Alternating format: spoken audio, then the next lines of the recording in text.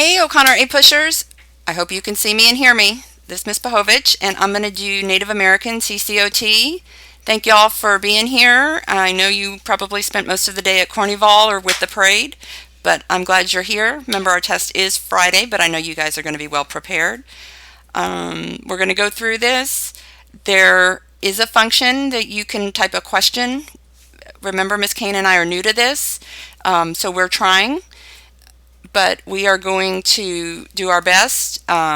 So excuse technical difficulties. We will put this out, it'll be on Miss Kane's YouTube Live, so you can check over it. If you have the note sheet, follow along. If you don't, that's fine too. You can pick one of those up and we'll be putting them in Google Classroom as well. Okay, so let's get started. We're going to do Native Americans. And so one of the important things that we really need to be aware of is College Board is going to purposely set the beginning date for period 1 at 1491.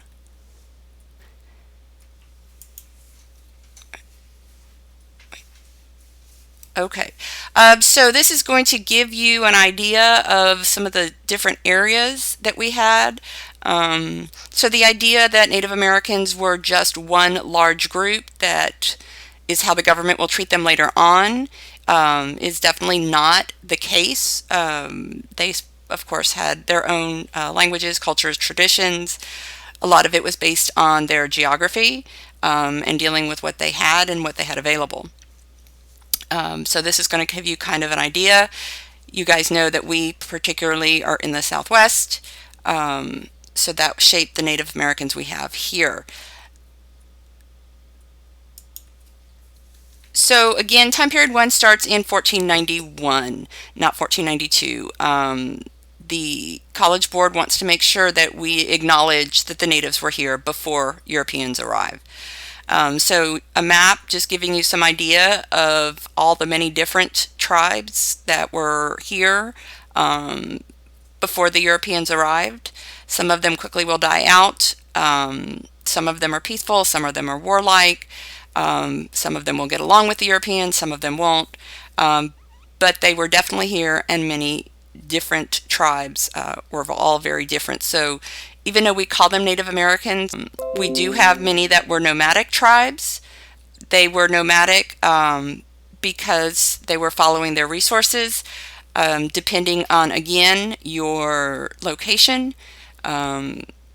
We've talked that their main crop was going to be corn or maize, and that's going to sustain them pretty much throughout. One of the things that we will talk about later is the Great Plains and their life depending on the buffalo. Of course, there's no buffalo, for instance, on the East Coast, so they don't use those.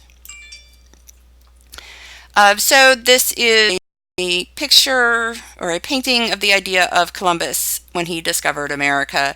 Of course, he didn't discover it. There were people here before him. He sailed for the Spanish. You guys know this. Columbus sailed the ocean blue in 1492, and he's in search of the 3 G's, gold, God, and glory. The Spanish crown had funded him, so the land that he landed on, he claims for Spain. One of the things that this will begin is the Columbian Exchange. So Columbian Exchange is going to be the transportation of animals, food, and disease from the Old World, which is Europe, to the New World, which is going to be the Americas. This is just up and back, right? And many of you had confused this with triangular trade. So completely different. We don't have any slaves involved in this. And this is really going to change the diet of many in Europe, bringing over corn, potatoes, things like that. It will also change the Native American way of life. Unfortunately, the biggest change is going to be that they're going to bring smallpox unintentionally, so huge unintended consequence, because they didn't want to wipe out the native population. They actually wanted to enslave them, but they were all dying from smallpox.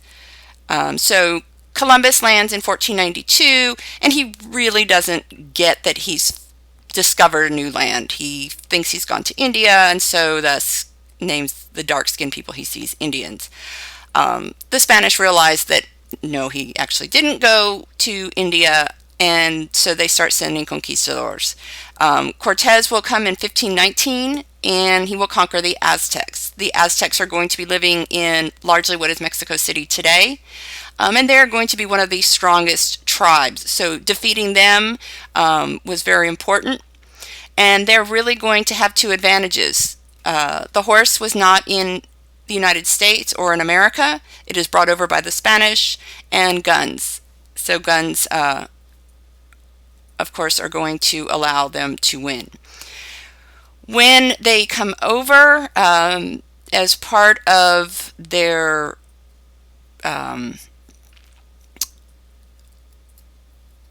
rewards, they're given some land and some natives, the conquistadors, and they were supposed to, with a kind of paternal instinct, provide for the natives, teach religion, and in exchange for tribute.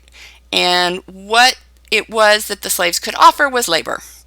So again, we talked about the idea that the smallpox is going to kill 95% of the population, but they were hoping to use them for labor.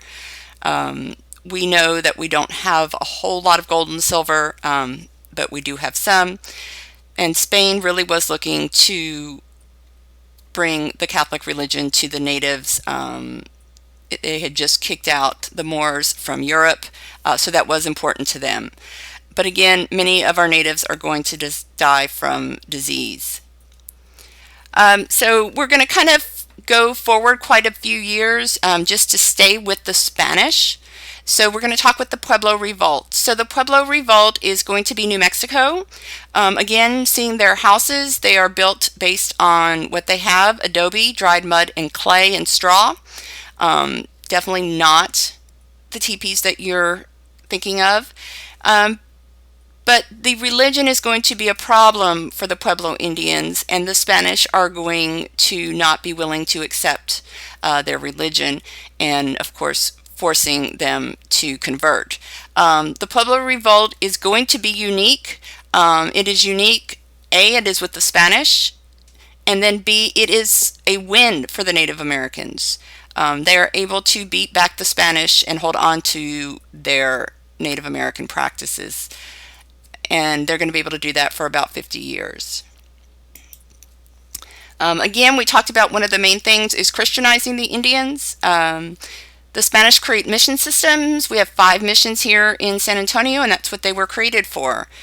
We also have, again, the encomienda system that forced conversion to Catholicism. Again, not a choice, and also forced labor. The French are going to send Jesuit missionaries. Remember that the French are going to settle Canada and the Mississippi River and the area surrounding that. And so they're going to be working with those Indians. They're going to work with them a little bit different. They are going to try to work with them cohesively instead of being argumentative. And they're going to enter into the fur trade business. They're realizing really there's not gold to be had, but there is money to be made in the fur trade. And they are going to intermarry, giving a stronger tie to the French with the Native American tribes. Right? But you see what we think the Spanish system would look like. And they're also teaching them, again, not only just Catholicism, they would teach them Spanish and to read and write, because that would be important. Okay, when we go to the English, so 1607, Jamestown, you guys know that. We know that the English are going to have a different system of settlement.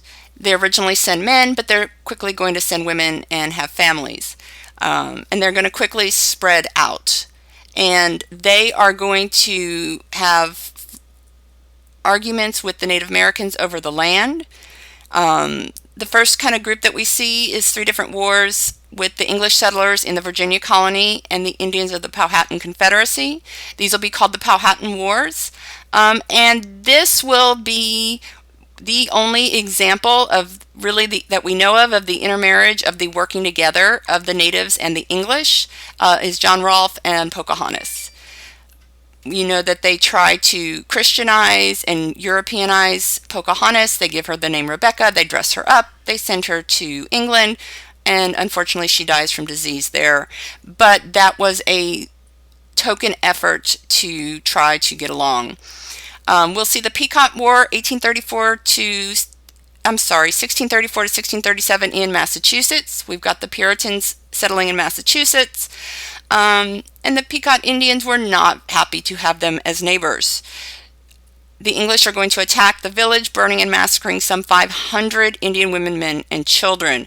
You can see why this would be very angering to the Native Americans. Most of this is disagreement over land. The natives are going to want to continue with the land that they've had, and the English are going to want to take it over. We're going to jump to the French and Indian War. Unfortunately, really quick. I'm not going to go into a whole lot of battles. You guys know that's not AP College Board style. But the French and Indian War is going to be on two continents. It's between Britain and France. It is fought here in America and in Europe. Of course, we're interested in the part here in America. And it's going to be really over the Ohio River Valley. And so that's going to be the area between the Appalachian Mountains and going to the Mississippi River. And the reason that they're interested, and both groups are interested in that, it's very fertile ground.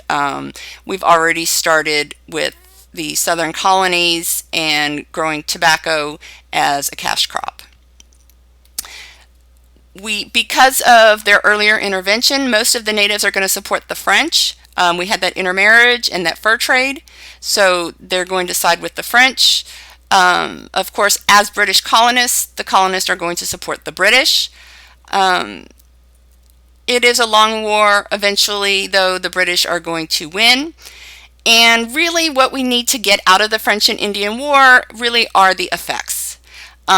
So first effect, if you notice the two maps, this yellow here is French territory and not here. There's no French territory, just right here, Haiti, and they will get kicked out of there soon enough. So the purple and the green are British and Spanish territory after the war, and you've completely kicked out the French. So the land changing hands. Again, the Mississippi River Valley was one of the main holds of the French. And so now you see that the colonists and the Spanish are both going to have some use to it because they would put things downriver, the port of New Orleans, and out to the Atlantic. Okay.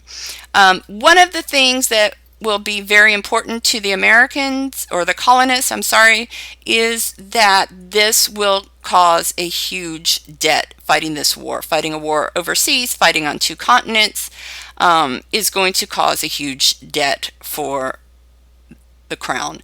And the crown told them at the time, do what you need, we need to beat the French. So they spent quite a bit on this war. And one of the things that we will see is that will definitely lead to one of the causes of the American Revolution down the line.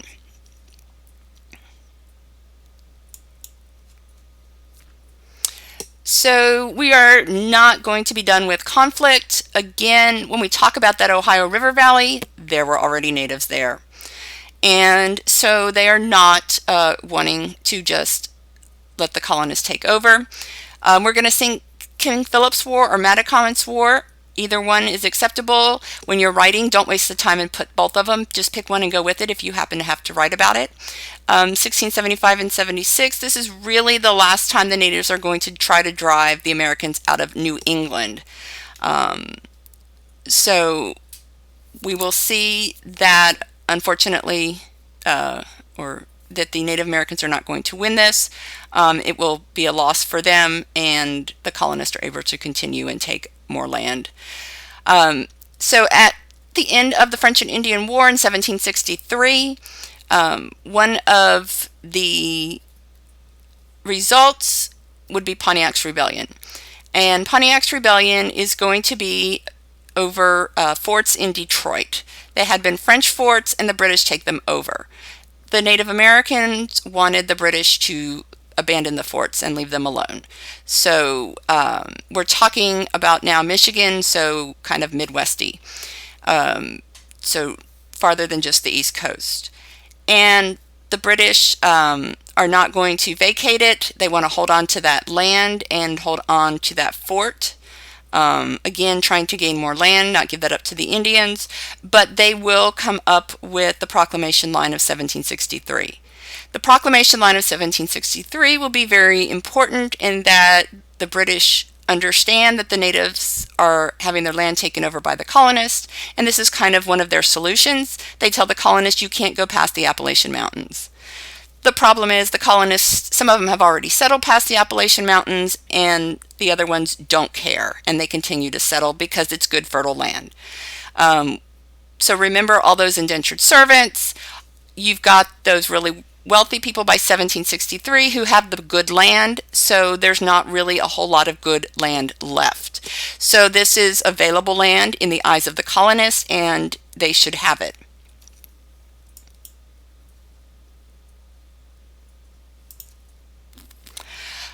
So I know we talk very quickly. Louisiana Purchase doubles the size of the United States.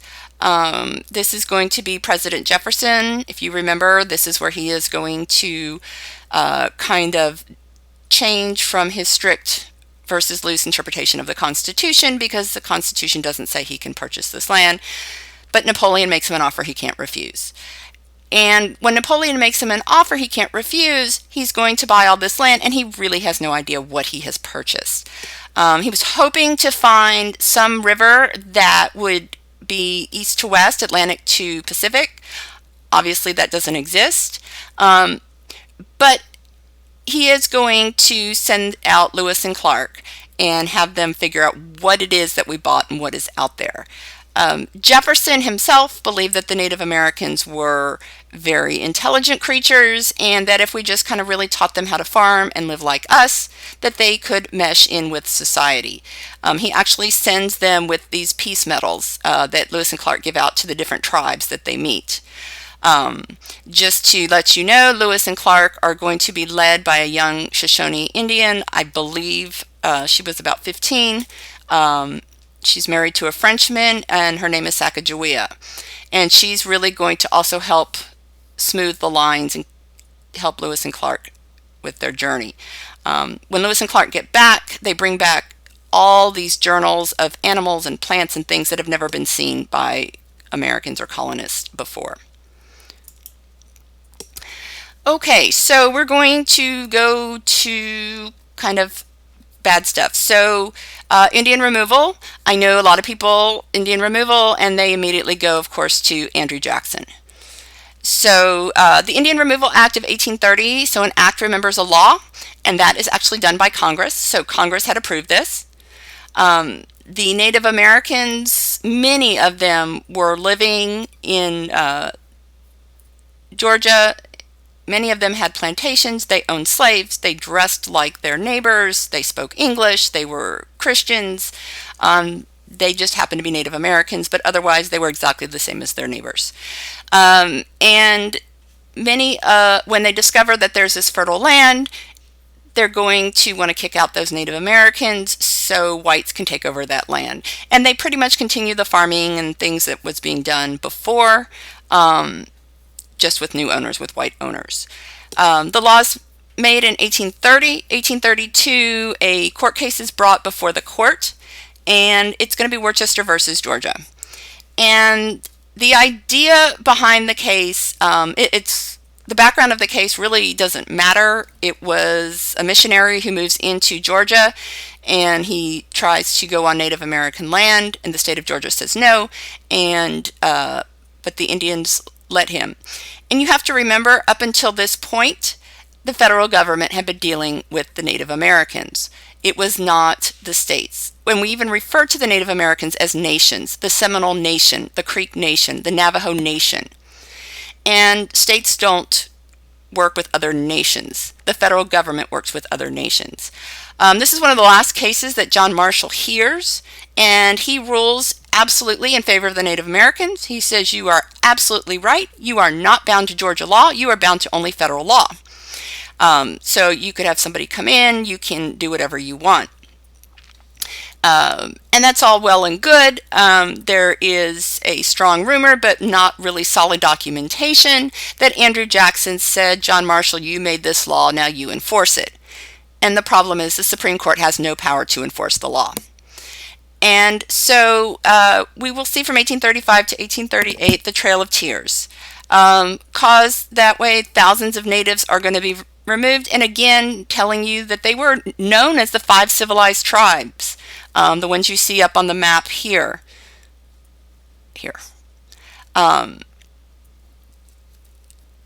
They are going to be given very little notice. They're going to be moving. They're going to be moving in the winter, and they're going to Oklahoma. Why Oklahoma? Because Americans didn't want Oklahoma. They thought it was wasteland at that point. And it was land that they thought that Americans would never want. So just removing them, getting them out of the way so Americans could use the good land as they saw fit. Many die on the Trail of Tears. The elderly, the children, the sick are all forced to move. They don't have proper clothing in the winter. They're forced to leave much of their belongings behind. And they do this at gunpoint by the U.S. Army.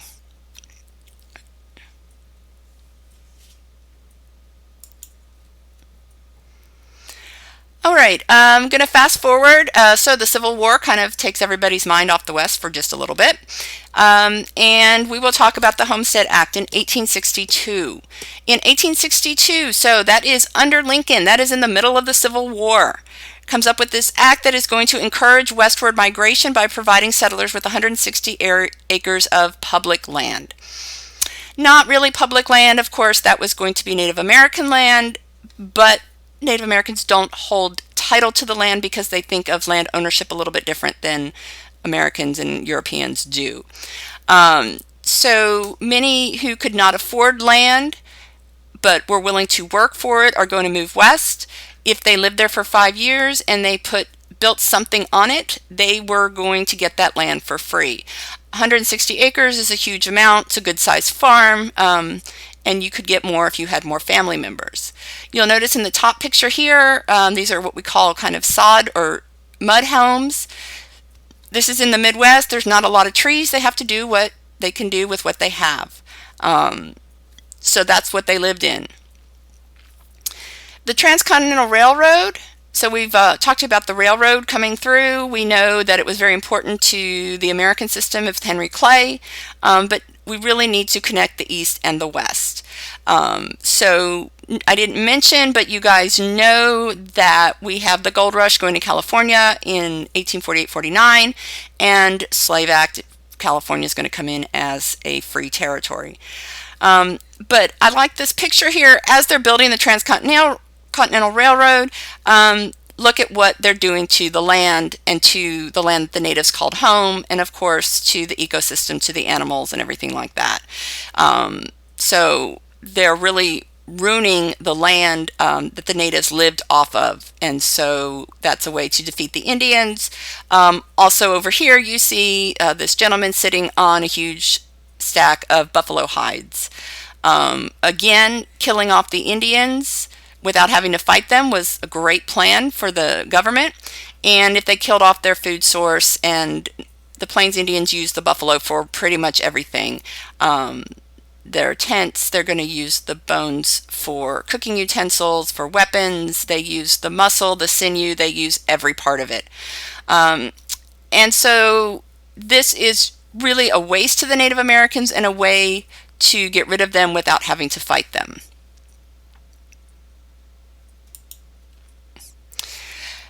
After the Civil War, we turn to more westward expansion, and that again is going to be having us in confrontation with the Native Americans. So a couple of important battles. So the Sand Creek Massacre should kind of tell you what happened. Is going to be 200 Cheyenne and Arapaho Indians that are going to be murdered. And this is really going to start the Indian Wars and the idea of moving Indians to reservations. The reservations, of course, we know are in land that Americans aren't going to want. So that's why today they're typically in Arizona, New Mexico, out in the desert. Nobody's going to want that land. But you also have to remember that was not land that the natives were familiar with, so they're not going to be able to be successful. The Battle of Little Bighorn in 1876 is going to be what they call Custer's Last Stand. It is between the Sioux and the Cheyenne against the Americans. They were given rights to the Black Hills and by treaty, and when gold is found in the Black Hills, that treaty is rescinded, and you see Americans all over their hills, and they found that the Black Hills were sacred to them, and they felt that the Americans were, as you guys say, dissing them and their land. General George Custer, he had actually been a Civil War soldier, and I believe he was there at the signing at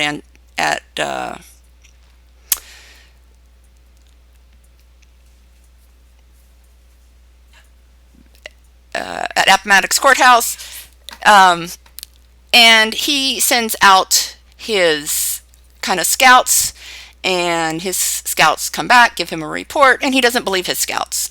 So he was going on with his attack. Custer was noted to be a little cocky and sure of himself. He had bright blonde hair. He's easy to spot. But he should have listened to his advance guard, and the Sioux village are going to be able to easily defeat him and his men. This will really be the last win. However, we look at perspective. When Americans hear this, that the American army was killed by a group of Indians, they don't ask why, they don't question it. They, of course, take the side of the Americans and that the natives were the aggressors and there should be repercussion for the loss of Little Bighorn. One of the things that will come up is the idea of the ghost dance religion, again talking about the Sioux. They believed that there comes this idea that they had been, the bad things that are happening to them is because they had abandoned their traditional customs. A lot of Native Americans had turned to alcohol. A lot of them had left the reservations, and a lot of them had forgotten their traditional religion and practice that. And they felt this was God's way of telling them they needed to go back to being more traditional. The idea is that many believe that if they performed this ghost dance and believed in it, that the gods would remove the whites and restore everything back to the way it was. They even believed, or some of them, that they would be their bulletproof, kind of, because God would protect them under the ghost dance religion. The ghost dance religion really is going to be a concern for the Americans because it gives Native Americans hope, and they kind of rally together.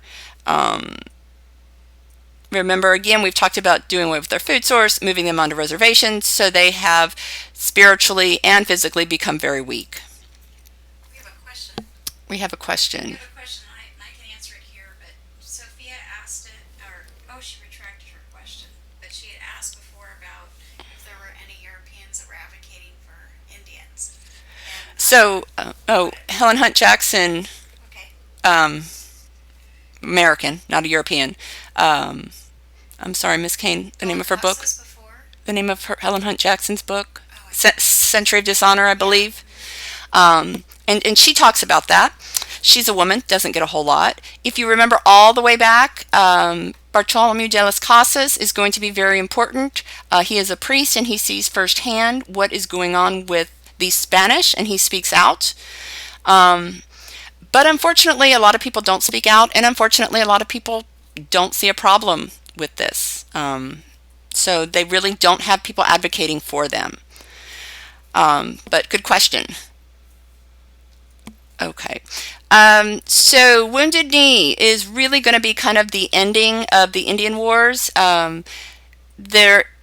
The ghost dance has gotten stronger, and again, it has scared some of the Americans because the natives have gotten more confident. The federal troops are going to try to arrest Sitting Bull, and they're going to blame Sitting Bull kind of, or see him as the leader and the one that kind of brings all this up. So I hope you guys remember our cute little cartoonie we did on Sitting Bull. We saw that. That's very cute. But this will be really the final clash. They're going to arrest Sitting Bull, and the Sioux are really not going to be able to do anything really large group after that. Part of it is the Dawes Act. So the government is trying to keep them from banding together and is going to set up tribal lands and partition them off into individual plots. So not working as a whole unit, as a tribe, but you have a farm and your neighbor has a farm and you just work for your farm. Again, Plains Indians, farming was not men's work, that was women's work. And part of the problem was they were stuck on reservations and they removed their weapons from them, so they could not even hunt on the reservations to feed their family.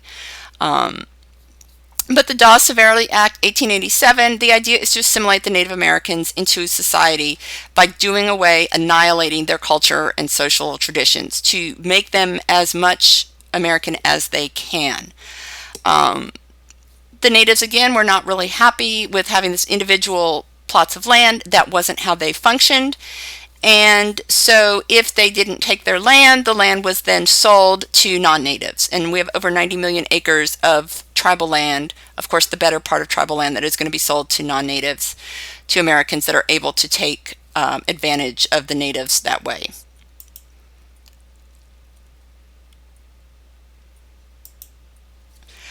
Okay, so another way for assimilation is boarding schools. The most famous is going to be Carlisle in Pennsylvania in 1879. The gentleman on the left is the same gentleman on the right. It says, as he entered school in 1882 and as he appeared 3 years later. And to Americans, he was a success story. There would be controversy in the native tribes. Some willingly sent their children. They felt that the future was kind of lost for their culture and their children needed to learn English and needed to learn the white man's ways.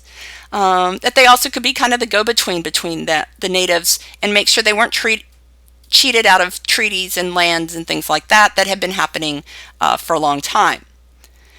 You also have tribal leaders that, of course, want to keep their traditions and keep their culture, and they don't want their children learning this new culture. And that's still something that many natives fight today is should they hold on to their culture or be Americanized, or what is a good mixture or balance? But when they are sent to these schools, they learn reading, writing, math, and again, Christianity. One of the first things, for instance, they do is cut off the boys' hair, which was very important to their culture.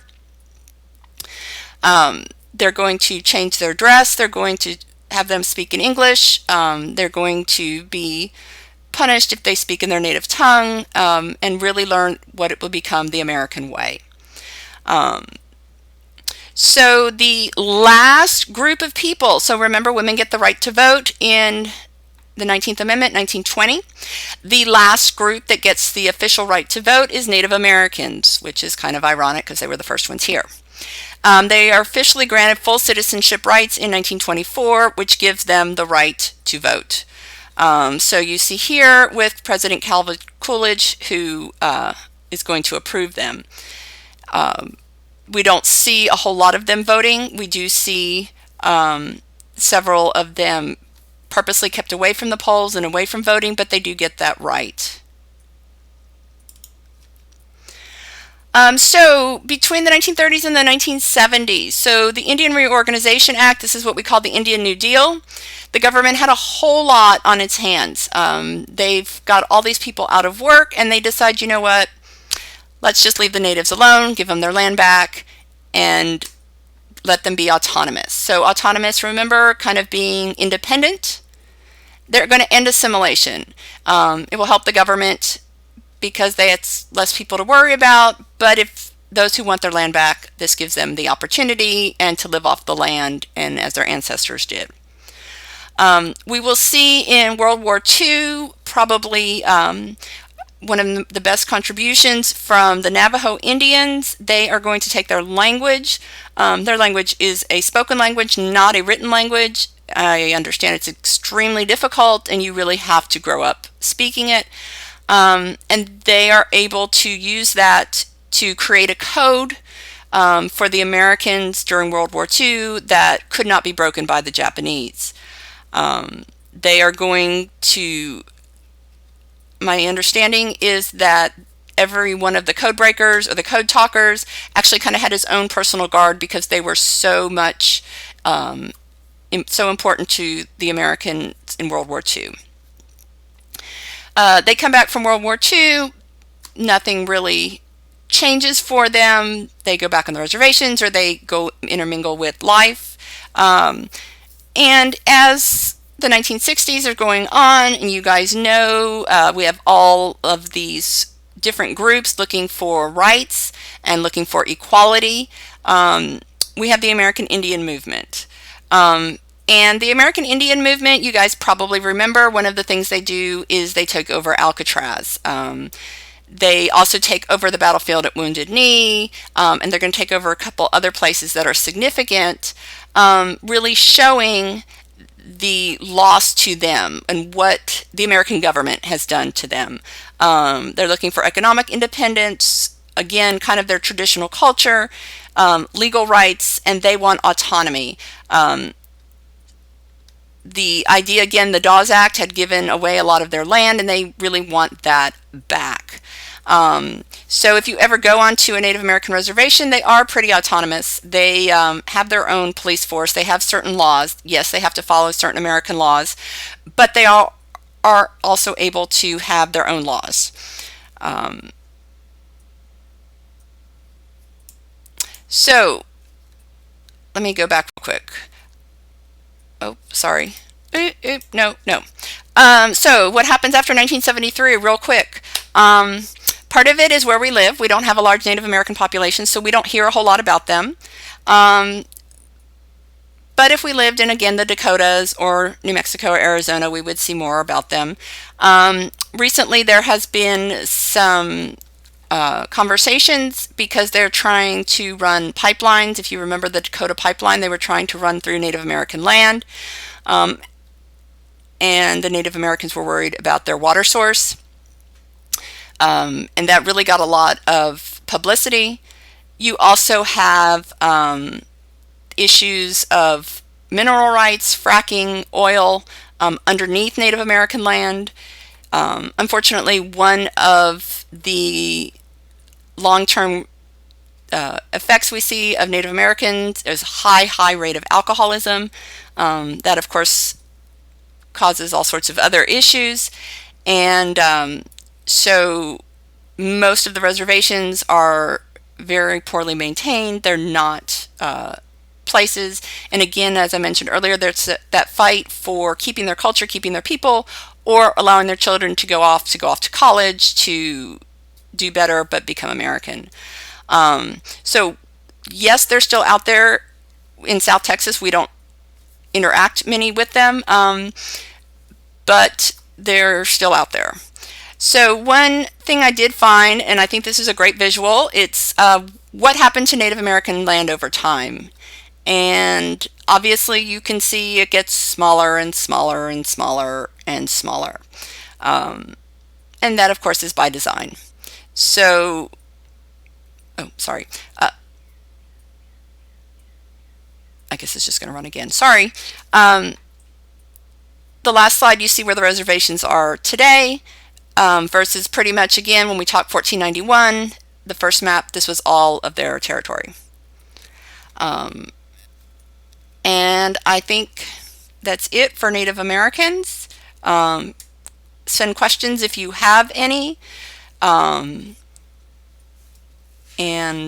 good luck. Enjoy the rest of your day, guys. And tell them not to forget about Tomorrow, sorry, really quick. Tomorrow, 2 and 5, we are doing African Americans and immigrants. Remember, those are the big four: women, African Americans, immigrants.